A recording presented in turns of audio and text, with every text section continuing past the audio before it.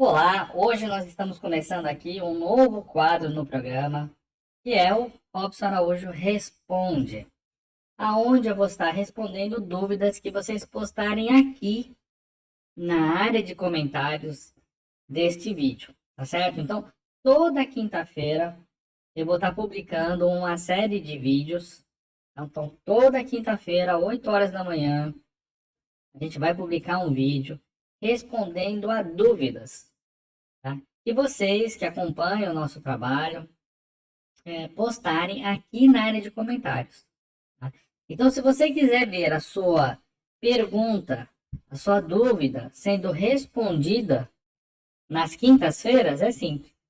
É só você entrar na quinta-feira, coloca na área de comentários a dúvida que você tem, e aí nós vamos responder isso ou na próxima quinta ou na outra, vai de acordo com o tema central, tá? Das dúvidas que surgirem. De repente a gente pode agrupar uma, duas, três perguntas que estão dentro de um tema e responder, tá certo? Ou a gente vai fazer sempre numa sequência. Tá? Então é simples. É só você colocar aqui suas dúvidas aqui na área de comentários, tá bom? E eu selecionei então uma dúvida, né? Para trazer aqui para vocês. Estou até destacando essa dúvida, né, que foi colocada para nós, que é da Paula. Vamos colocar aqui para a gente poder acompanhar junto. Então, a Paula está perguntando: eu jogo tarô. E ela pergunta: para trabalhar o tarô apométrico, é preciso concluir o curso completo? Ou, aí ela continua aqui, né? Na outra linha que ela continua, ou com o básico é suficiente. Então, ela está se referindo a um curso. Temos uma série de cursos no nosso site, né? Para quem não conhece, é www.cursoapometria.com. Mas para poder responder essa questão da Paula, eu vou primeiramente falar sobre um pouco desse trabalho do tarô com a apometria, para a gente poder entender melhor sobre isso, tá certo? Robson, tarô com apometria é uma nova modalidade? Esse tarô apométrico é uma nova modalidade de apometria? Então, a primeira coisa que a gente gostaria de dizer aqui é: não, não é uma nova modalidade, tá? Nada mais é do que o conhecimento que nós já temos do tarô aliado ao conhecimento da apometria. Tá? Então, assim, não é nenhuma apometria nova. Podemos dizer que temos um tarô novo? Sim, até existe um tarô apométrico, né? Um pouco diferente dos tarôs tradicionais, né? Que tem com outras imagens, mas nós podemos trabalhar com tarô e apometria a partir de um tarô tradicional, tá certo? Lembrando que nós temos basicamente, deixa eu até colocar uma área aqui, ó. Basicamente nós temos dois tipos de tarô, tá certo?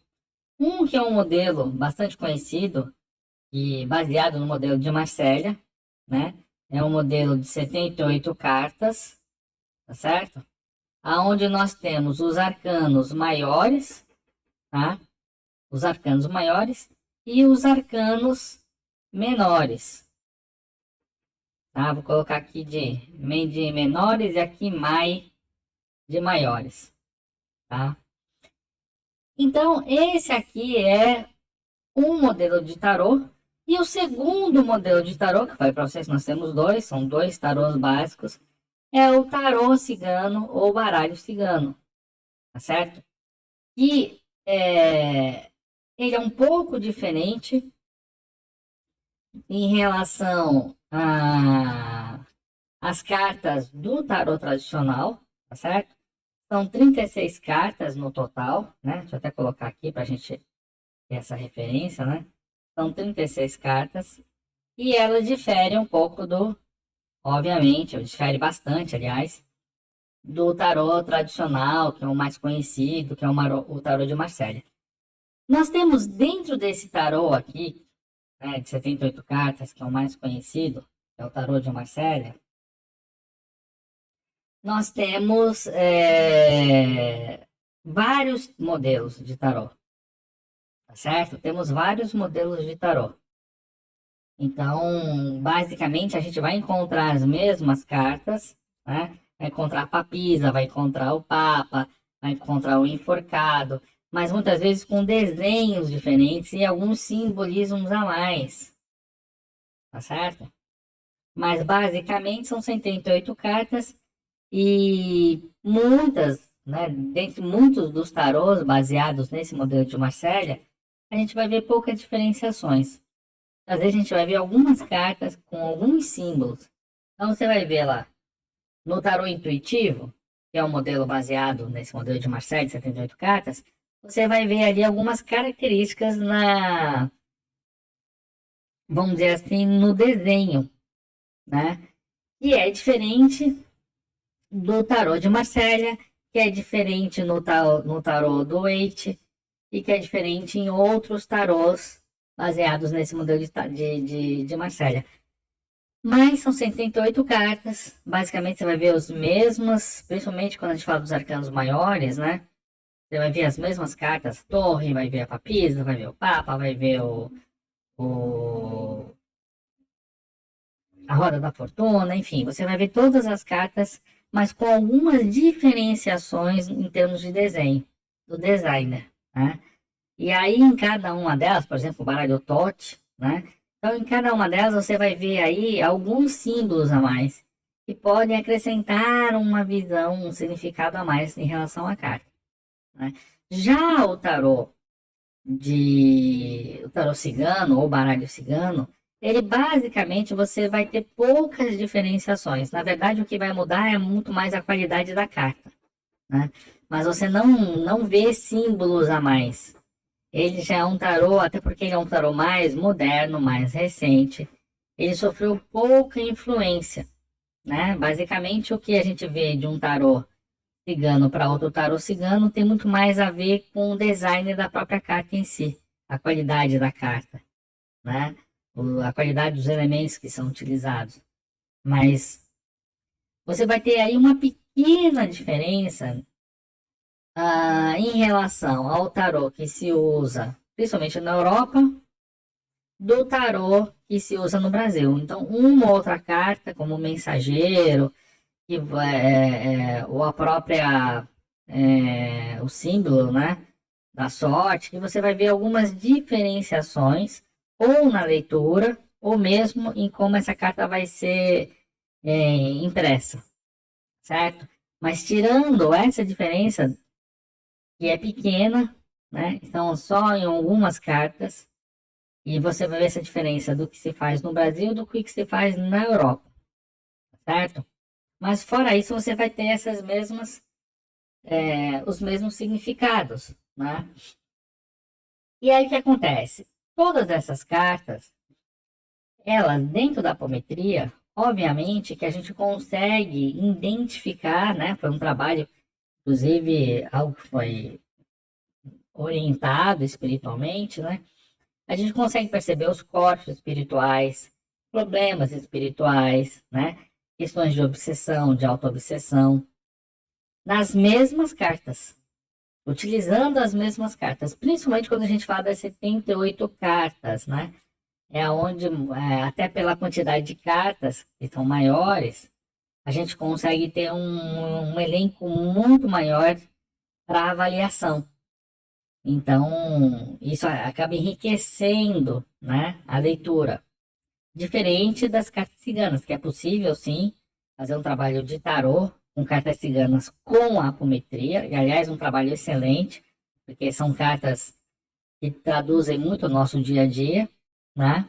Mas elas vão se concentrar mais nas questões do nosso dia a dia e menos nas questões propriamente espirituais,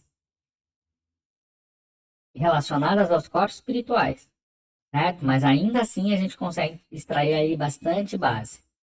Então, o primeiro ponto que a gente gostaria de dizer é isso. Ou seja, nós não estamos criando algo novo, com exceção, né, de cartas que foram desenvolvidas, chamado de tarô apométrico, né? E ali sim você vai ver o desenho dos corpos espirituais e de várias situações, né? Aí eu chamo inclusive esse tipo de um baralho forte, né? E ali você não cabe muita interpretação. Você tira a carta, dependendo da posição, você identifica que ali sim você tem um corpo espiritual com um determinado problema. Então é muito forte o significativo que ela traz, certo? Mas é algo que a gente pode utilizar de forma adicional ou mesmo como um baralho principal, tá certo? Mas que ainda assim tem o seu significado. Ele não altera a apometria. Ele é mais uma ferramenta do tarô. É mais um tarô, né? Então, quando a gente fala aí de um trabalho de apométrico, de apometria com tarô, nós não estamos criando uma apometria nova, mas sim utilizando ferramentas, né? Ferramentas que existem, no caso o tarô, com a apometria clássica, como nós conhecemos, vamos dizer assim. A diferença, como eu falei, está nós termos esse tipo de instrumento. Então, em vez de nós termos um médium, ou médiums atuando, como num trabalho de apometria, desculpa, um trabalho de apometria tradicional, trabalho apométrico tradicional, né?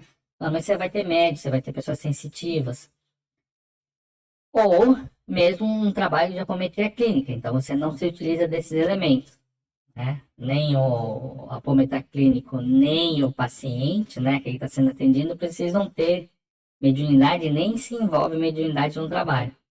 Mas existe uma metodologia de se trabalhar, né? Com o tarô, a gente tem uma outra metodologia. E aonde que entra o tarô nessa história com a apometria? Entra justamente como uma ferramenta de análise, de diagnóstico, né? Ou seja, o que está pegando? O que está pegando? Qual é o problema que a pessoa tem, né? Então, por que eu estou explicando em todos esses detalhes? Justamente para poder responder melhor, né, a, a Paula, né? Deixa eu colocar novamente aqui a questão dela, né? Aonde ela pergunta se é necessário concluir um curso completo de apometria, como nós temos, né? Um curso com quatro cursos, né?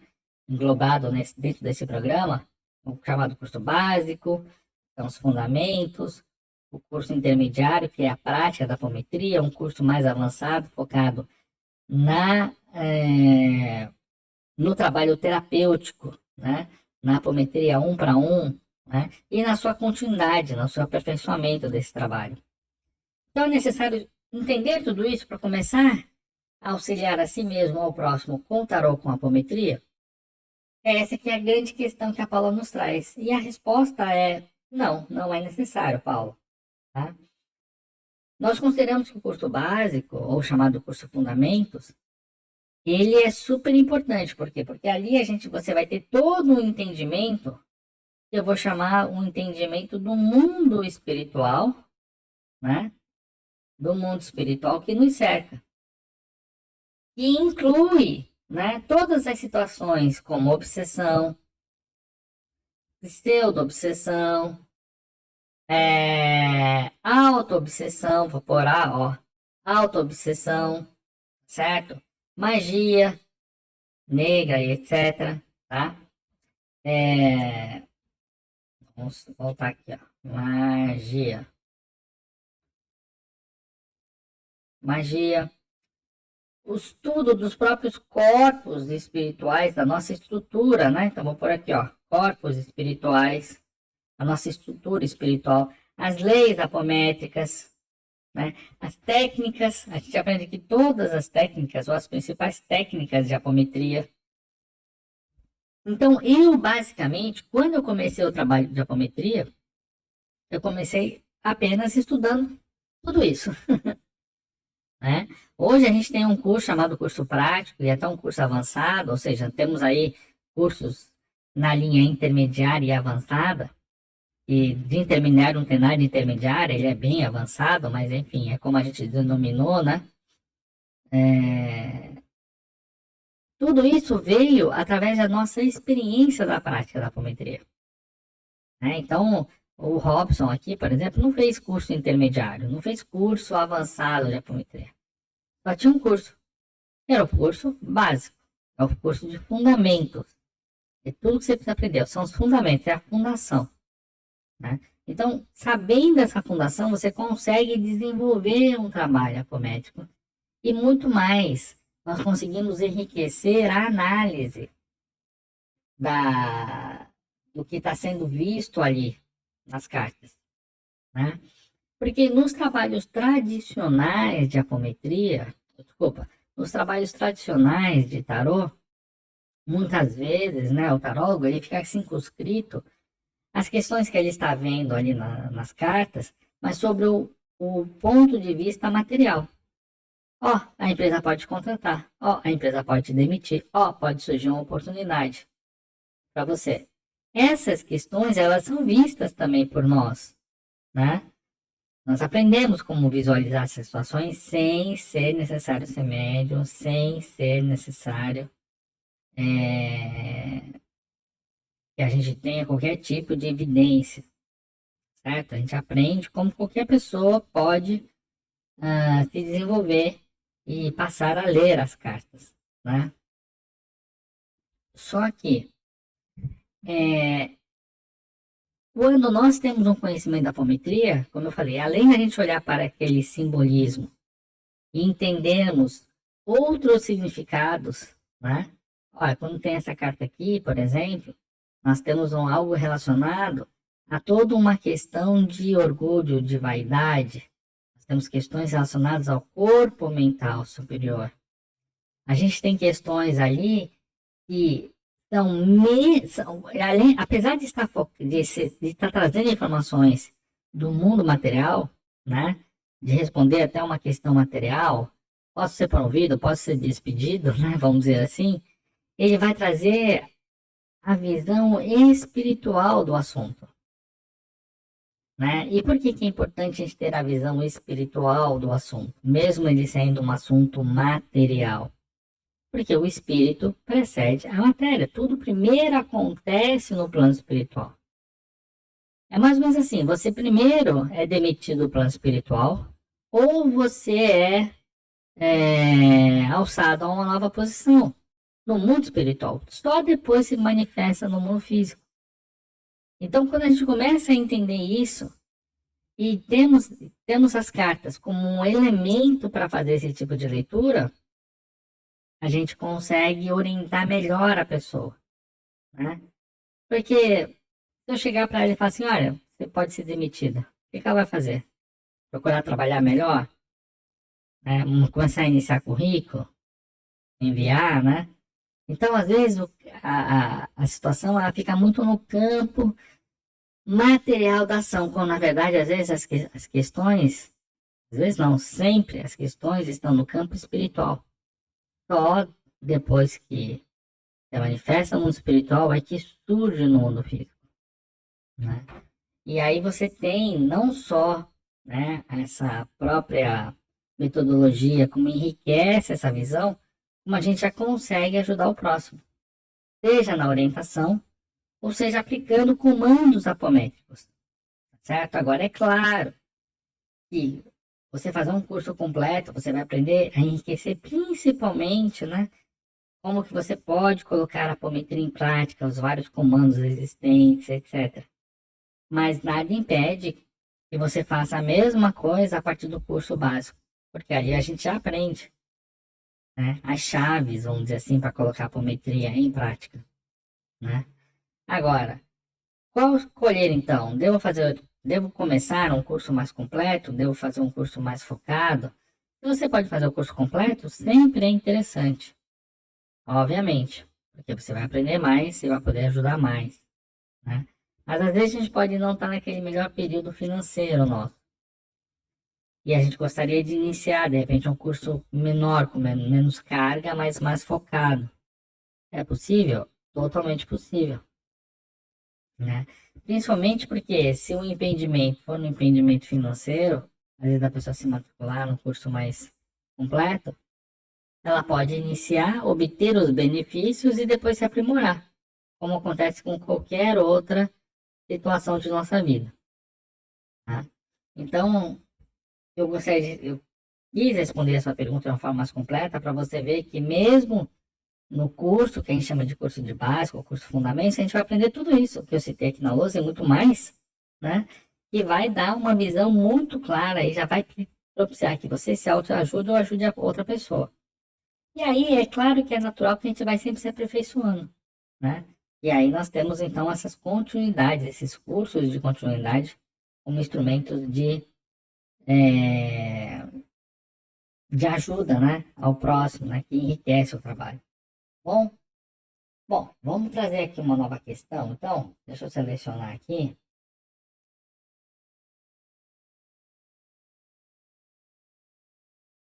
E aí, gente, como eu falei, para vocês participarem, é muito simples, né? É só vocês colocarem.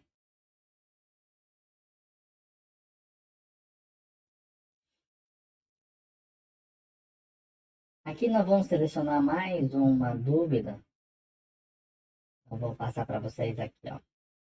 A Leine Carrasco perguntou: como ter certeza que perdoamos? Será através do esquecimento? Então, é uma pergunta importante, né? Quando a gente fala sobre perdão. E o que é que acontece? O simples fato de esquecer não significa que a gente perdoou. E por que não? Porque nós temos o subconsciente, certo? Nós temos o subconsciente. E o subconsciente, ele pode estar ali, né, com raiva, vamos dizer assim. A gente não tem, da mesma forma que a gente não percebe, né, que nós estamos respirando. Eu acho que a gente prestar atenção, tá? Aí a gente vai perceber se a gente está respirando ou não, né? Ó, respirei. Então a gente observa. Então o fato de esquecer é só uma situação que muitas vezes acaba caindo realmente no subconsciente.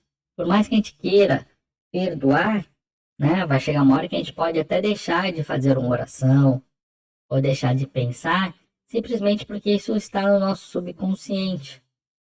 Então acaba sendo um processo natural, né?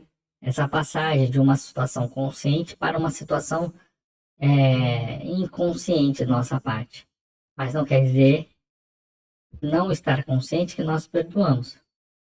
Uma forma de saber se a gente perdoa ou não é pensar sobre o problema e pensar sobre a situação, né? Se aquilo está em paz dentro de nós, provavelmente nós perdoamos. Mas se a cada pensamento que a gente tem da situação, a gente tem algum tipo de sentimento, a gente já tem a resposta, certo?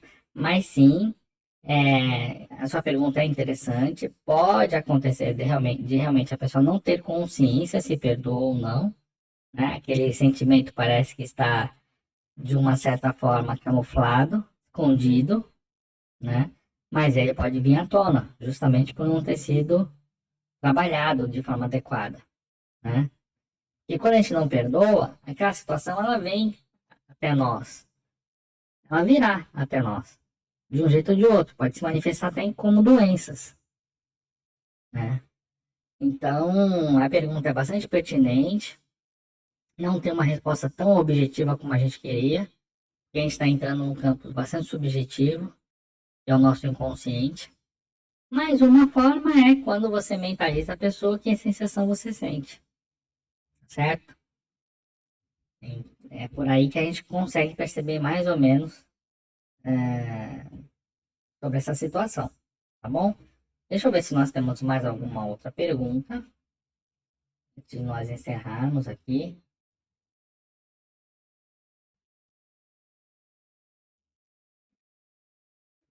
Deixa eu ver aqui. Aqui, vamos trazer mais uma questão aqui então, que é bastante interessante.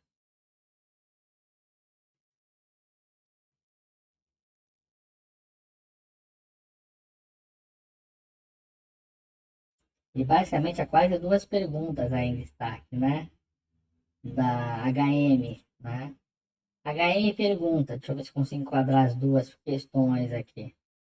Então, a primeira pergunta, professor, sua aluna tem dificuldade para tirar obsessores do meu irmão.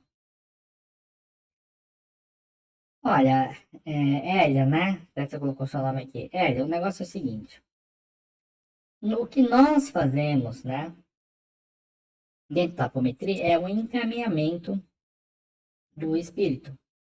Mas para que haja o encaminhamento, é necessário que as duas partes sejam curadas. Né? As duas partes sejam curadas. E duas partes são curadas? O próprio obsessor, tá? E a possível vítima. Né? Não existe vítima. Primeira coisa que a gente deve aprender é essa: não existe vítima. Certo? Este que está sendo vitimizado, ele muito possivelmente ele foi o obsessor ou causou algum dano, algum problema na vida desse espírito que o persegue hoje. Tá certo? E muitas vezes ele se sente culpado pelo que ele fez. Ele já não lembra mais daquela vida, mas ele lembra de alguma situação e principalmente no seu subconsciente.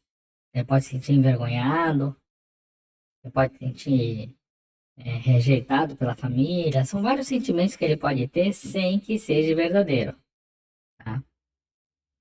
Então não adianta a gente simplesmente pegar, né, fazer um trabalho em relação ao obsessor e a gente não trabalhar a vítima. E a gente pensa que trabalhar essa vítima, né? Vamos colocar entre aspas aqui, tá, gente? Como eu falei, não existe vítima, né? Não é o que a gente vai sair culpando e nem deixar de ajudar, apenas entender que não existe vítima.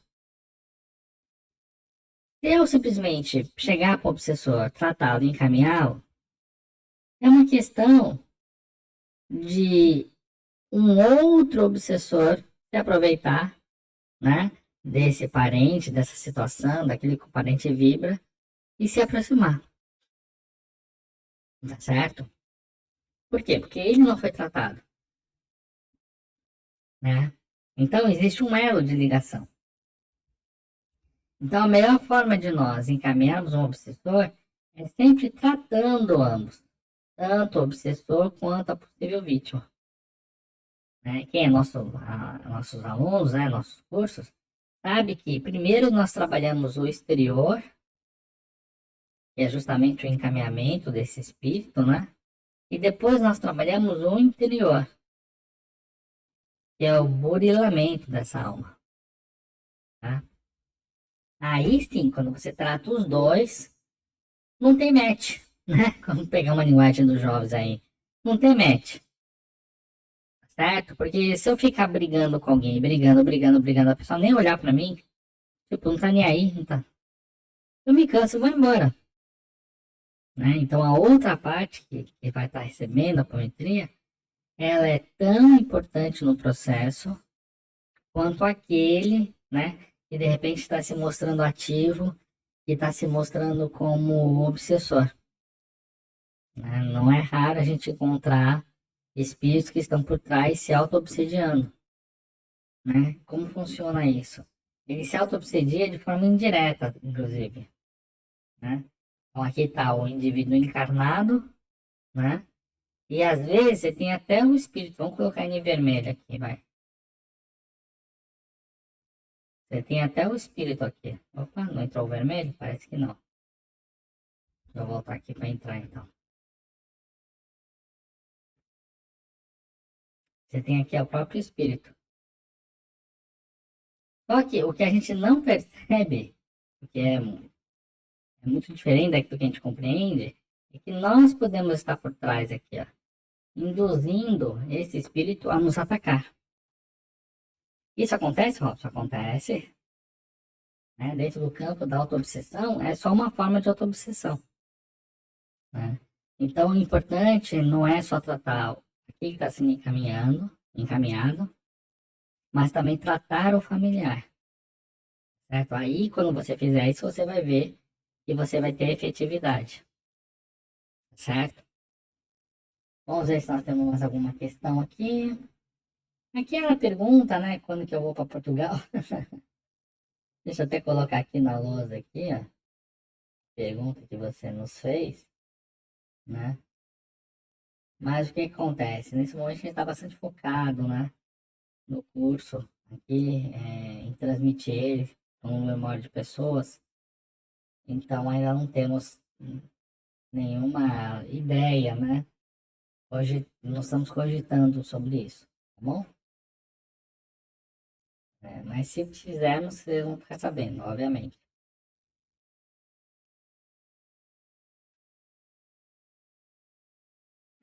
Bom, eu tenho agora aqui vários comentários, eu agradeço a todos eles, né?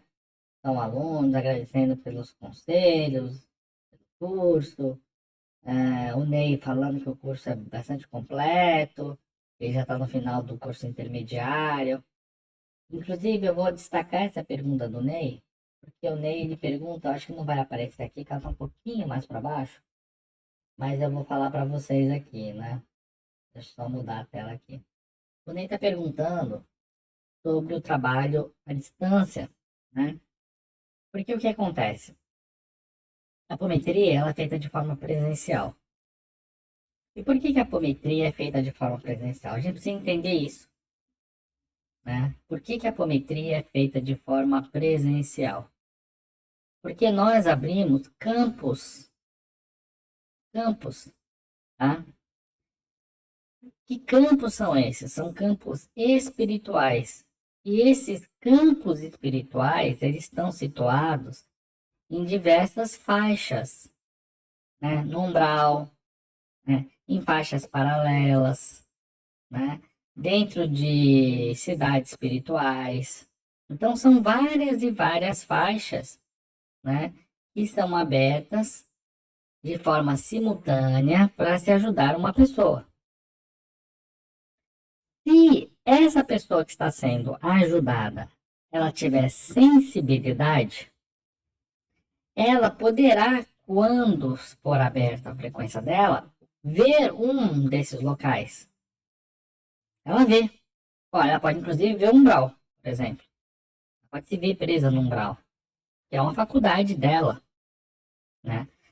E nesse momento que ela se ligou, que ela se viu ali, ela pode ficar nervosa, ela pode ficar um pouco mais agitada, preocupada, né? Aí vamos supor, desculpem, vamos supor que neste momento a conexão caia. Caiu a conexão. E a pessoa ficou ali nervosa, agitada. O que acontece? O que você faz nessa situação?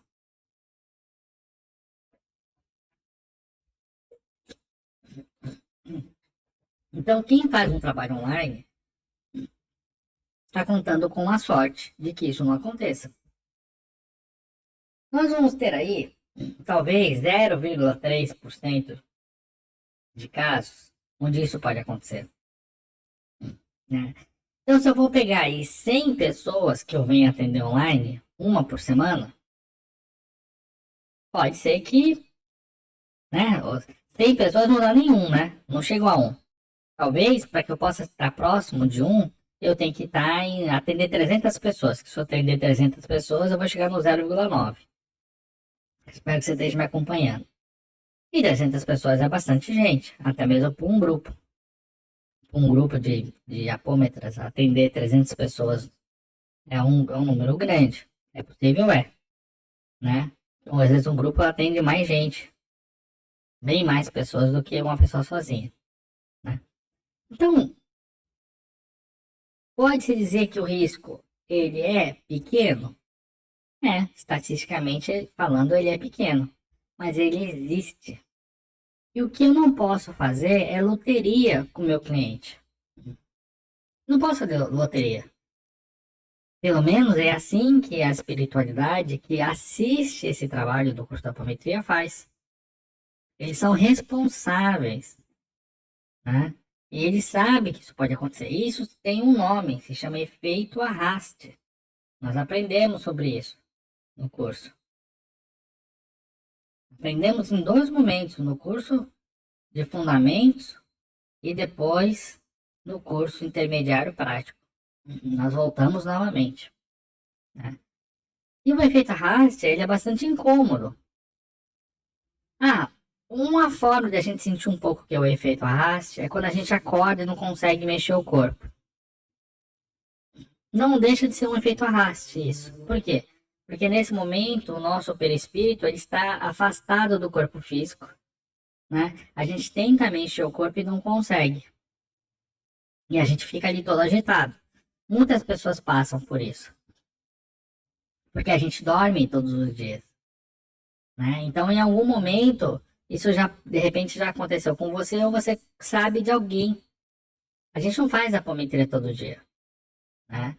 E ainda se fizéssemos todo dia, é 0,3% do caso que isso vai acontecer dentro de um trabalho apométrico. É por isso que muitos grupos não, algumas pessoas podem estar fazendo e pode achar que está tudo certo, está tudo tranquilo, quando na verdade existe essa situação. Então, não é por conta de, agora as pessoas estão mais afastadas, ou estão mais próximas, ou isso ou aquilo, que essa situação muda. Ela pode vir a mudar futuramente. E as pessoas me perguntam: existe a possibilidade? Sim, existe. À medida que os campos espirituais estiverem muito mais sutis.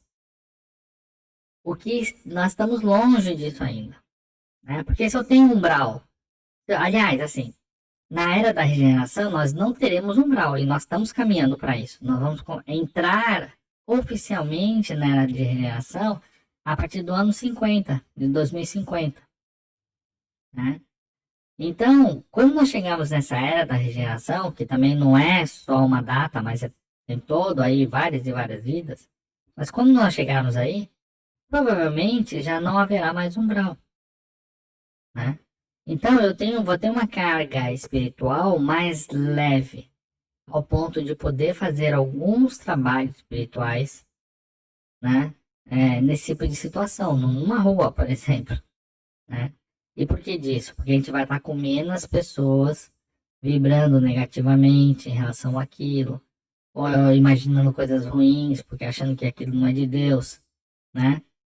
Então eu vou ter menos pensamentos sendo aí jogados no ar e a pessoa vai estar cada vez mais menos submetido à percepção desses pensamentos negativos que eles deixarão de existir.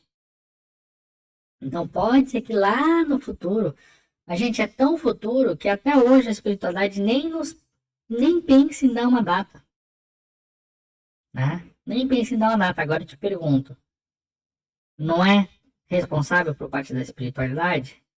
Para nós seria ótimo, a gente já ensina online. O nosso curso é online. Agora, nós podemos fazer a apometria à distância.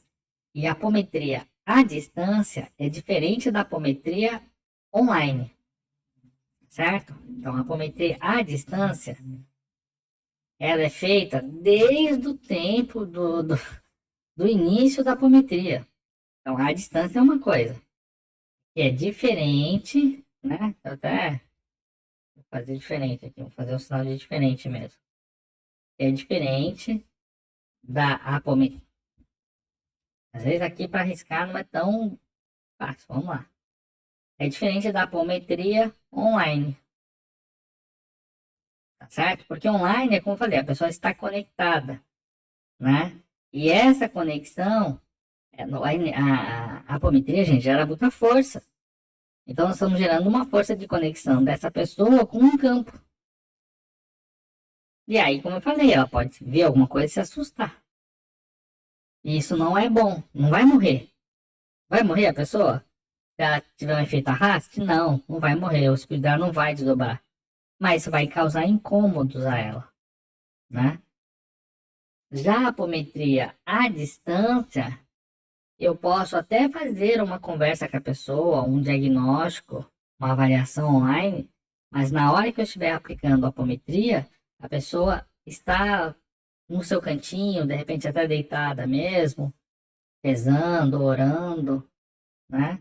Mas ela está desconectada, e a hora que ela está desconectada, ela não vai estar se situando dentro desses campos, ela não se situa, porque a conexão dela vai ser de uma outra forma, uma conexão onde ela vai estar receptiva, certo? Então essa que é a diferença do trabalho à distância do online. O online, então, continua sendo, né, vamos dizer assim, vetado pela espiritualidade justamente por conta do efeito Arrasque, que pode acontecer, e pode acontecer de acabar a luz, né, de ter uma interrupção no computador. É o seu computador, é a sua luz, é o computador da pessoa, é a luz dela, é a sua internet, é a internet da pessoa. Então existem muito mais variantes para que possa acontecer um problema, justamente na hora que houve a ressonância, tá bom? Pessoal, de tudo que vi aqui, a única coisa que eu vi a mais aqui foi um comentário da Rose, onde ela fala, né, Robson, você podia comentar sobre o filme Inc? Ela dá uma sugestão sobre o filme Inc. Rose, gostei da sugestão, vamos fazer uma live, até para poder responder dúvidas sobre o filme Inc. Então, gente, já vou até deixar aqui, ó, vou deixar a data, a hora marcada, no dia 17 de maio, né? De 2022, nós vamos fazer então uma live falando sobre o filme Inc. Tá? Eu não vou dar muito spoiler do filme, mas eu vou falar. Então, assim, é importante que você assista esse filme antes de ver a live, obviamente, certo? Pode assistir a live e depois ver o filme, pode, né? Mas você já vai assistir também com outro olhar, já vai entender, porque é tanta coisa que acontece. Porque para quem não conhece, vou até deixar o nome do filme aqui na lousa, viu, gente? Do filme Inc. Vou pôr aqui, ó, Inc. Esse filme, gente, é um filme que acontece em dois planos. Nós temos os personagens aqui no nosso plano, né, na Terra, vivendo as suas vidas, e nós temos uma contraparte espiritual deles, vivendo toda uma vida espiritual.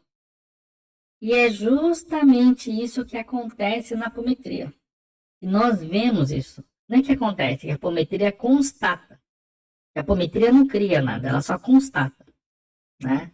Então a apometria constata que nós estamos, que a forma como nós vivemos é a forma espiritual e não a forma aqui no plano físico, certo? Esse plano terreno aqui, ó. Não é dessa forma que nós vivemos. Nós vivemos de uma forma espiritual, certo? A gente só enxerga a parte material, como a parte material está se desenvolvendo, porque nossa consciência está aqui. Se estivesse do outro lado, lá estaríamos, com inconsciência, tá? Então a gente vai entender, através desse filme, como que as situações se desdobram. Um filme maravilhoso. Eu digo que todo apômetra que queira realmente, né, ter ali uma informação enriquecedora, até visual daquilo que estuda, acaba sendo obrigatório ver esse filme, né? E é um filme difícil de se localizar. Muitas vezes você vai encontrar aqui mesmo no YouTube o filme, né? Mas é difícil encontrar em locadora, qualquer coisa do tipo, porque ele não chegou a ser distribuído oficialmente no Brasil, apesar de existir tradução em áudio em português, tá bom? Então é isso, pessoal. Hoje então nós terminamos essa primeira, né? Vou até pôr a capa aqui, ó. Primeiro Robson Araújo Responde, tá certo? E vai ao ar toda quinta-feira, 8 horas da manhã. Esse aqui é o primeiro da série. Se você quiser participar, é só você colocar as suas dúvidas às quintas-feiras, nos vídeos de quintas-feiras, tá? Porque aí a gente seleciona essas dúvidas e responde para vocês aqui nesse vídeo, tá bom? Então até nosso próximo encontro, até a próxima quinta. E para aqueles que quiserem assistir nossa live na próxima terça sobre o filme Inc. Espero vocês, já sabem, é 17 horas e 17 minutos aqui no nosso canal no YouTube. Até lá.